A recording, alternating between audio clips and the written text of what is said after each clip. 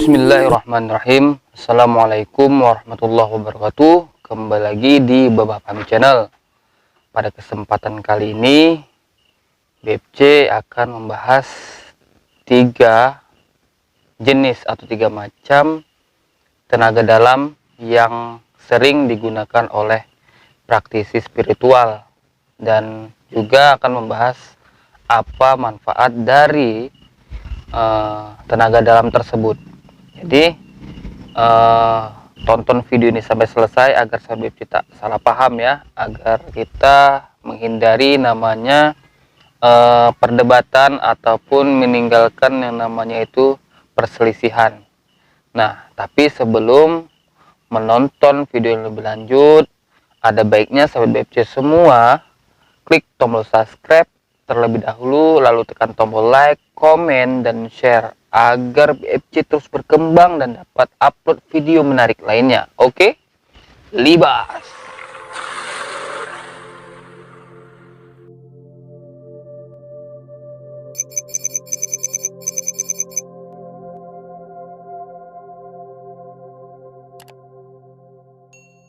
Alhamdulillahirrahmanirrahim. Pertama-tama marilah kita panjatkan puja dan puji syukur kita kepada Allah Subhanahu wa taala, yang mana sampai saat ini kita masih diberi kesehatan, keselamatan serta kekuatan sehingga kita masih dapat berjumpa di Babah Fahmi Channel. Dan tak lupa pula selawat berangkaikan salam kita hadiahkan kepada junjungan kita Nabi besar Muhammad sallallahu alaihi wasallam. Allahumma sholli ala sayyidina Muhammad. Semoga dengan seringnya kita bersolawat maka kita akan mendapat syafaatnya di hari akhir kelak. Amin ya rabbal alamin. Sebelum melanjutkan video ini, BFC mengucapkan minal aidin wal faizin, mohon maaf lahir dan batin, karena ini berhubung suasana Hari Raya Idul Fitri, yang mana tradisi atau adat lah gitu kan di Indonesia ini khususnya adalah silaturahmi, mengucapkan minal aidin wal faizin, mohon maaf lahir dan batin, karena setiap manusia yang hidup di dunia ini pasti pernah salah dan berdosa.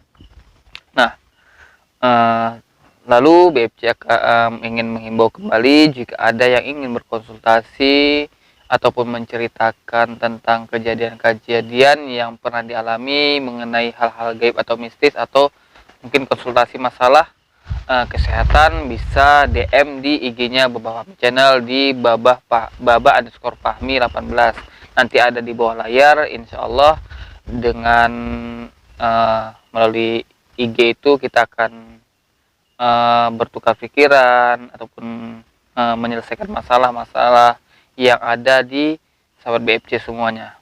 Nah, kita lanjut membahas tentang 3 jenis atau 3 macam teknik 3 macam tenaga dalam gitu, yang sering digunakan oleh praktisi spiritual.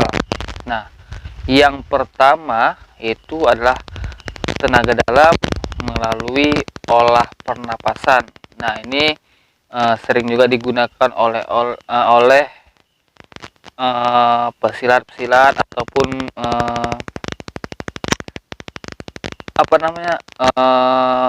persatuan-persatuan bela diri, itu ada juga teknik-teknik dalamnya dengan melalui pernapasan, olah pernapasan.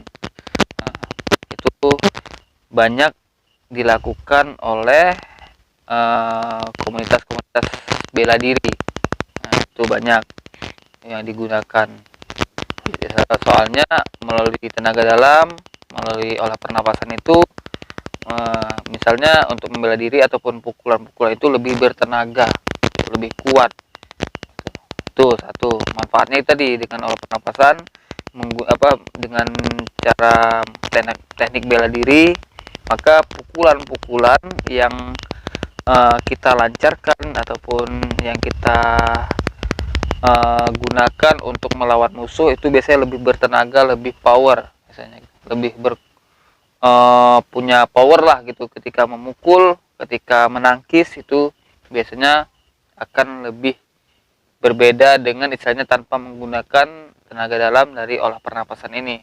Ketika mungkin kita dipukul, kita akan dengan tenaga dalam ini juga akan lebih tidak terasa sakit lah, mungkin bisa dibilang, karena saya tidak orang bela diri, mungkin saya tidak kurang memahami apa yang terjadilah gitu ketika dipukul gitu kan. Tapi yang saya ketahui itu biasanya ketika olah pernapasan tenaga dalam itu ketika dipukul itu istilahnya apa namanya, perangsangan sakitnya itu ya berkurang lah gitu. Nah, itu satu. Lalu yang kedua, tekniknya itu adalah melalui kalimat-kalimat yang ada di Al-Quran ataupun bisa dibilang zikir. Nah itu. Dan ini sering orang-orang yang mungkin bisa dibilang yang pengajian-pengajian tarikot, tasawuf itu biasanya sering menggunakan yang teknik seperti ini. Melalui kalimat-kalimat zikir, dia akan mengalirkan tenaga dalamnya gitu kan, untuk melakukan pengobatan. Nah, pengobatan. Jadi manfaatnya itu bisa digunakan untuk pengobatan, misalnya untuk pijat pengusuhan itu, misalnya urat-urat atau apa itu bisa melalui teknik tenaga dalam yang dialirkan melalui zikir-zikir. Nah, itu BFC juga pernah melakukannya. Ya, insya Allah untuk memijat, untuk apa namanya ini, untuk apa namanya, misalnya ada